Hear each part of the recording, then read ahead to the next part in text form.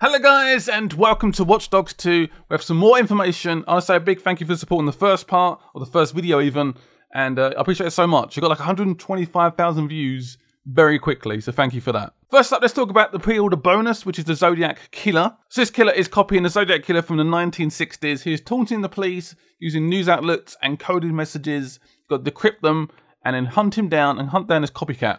Complete your mission, and you get an additional outfit. Ooh, an outfit. Yay. So would I recommend pre-ordering this game? I don't know yet. I'd wait for more gameplay, more trailers, more reviews, more previews, and you can make your judgment then. But for now, I'd wait. Don't pre-order just yet. Because obviously it is Watch Dogs. It's had a bad history. Yeah. If you guys want to pre-order, you can. But I'm just saying, recommended. Do not do it yet. So you're probably wondering, how big is Watch Dogs 2 in terms of size? It's actually double the size of the first game. So if you guys finish that game, you know, roughly the size of it, it's double that. Completely double. It's crazy. Also, it's a 1-to-1 ratio of San Fran. So San Fran 1-to-1 in the game, which is incredible. I'm hoping you can explore more buildings though, like go inside buildings, little houses, little huts, just more stuff to explore. Because generally open world games are closed off buildings, you can't go in them, it's just roads. You can go in the occasional building, perhaps like a mission, but that's it. So I'm hoping there's more stuff to explore. But yeah, it's pretty big, which is definitely a thumbs up. Also, there's a little bit of talk about microtransactions in Watch Dogs 2, which makes me a little bit nervous, if I'm honest. Not very happy, a little bit. I don't know what to expect. It's Ubisoft. How will they manage that? I don't know. Perhaps customization, which is fine. Perhaps unlocking weapons or upgrades for hacks. It could be anything. It's making me a little bit nervous. I mean, customization could be Marcus's clothes, card sort of wraps and stuff like that. New weapons, perhaps. I don't know. It's just making me a little bit. How's this going to work? Hopefully it doesn't. There's no confirmation yet, but still a little bit nervous. So I found this really cool interview on GameSpot. So I'll leave a link in the description. And it's got quite a few interesting little quotes. So I figured we'll talk about it a little bit more in further detail. And what kind of story is Watch Dogs 2 trying to tell that Watch Dogs couldn't? Watch Dogs 1 was dealing with more about mass surveillance.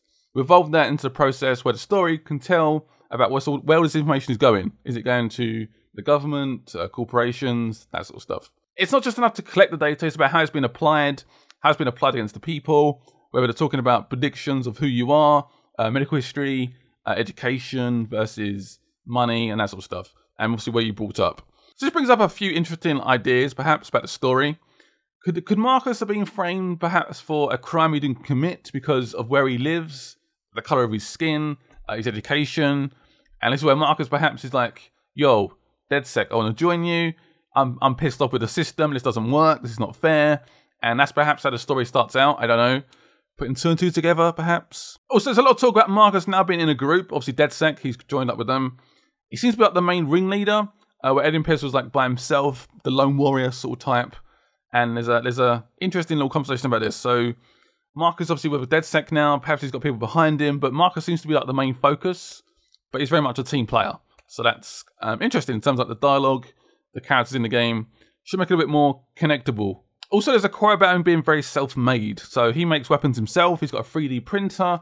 Again, there's might be people in the background as well helping him out, DedSec.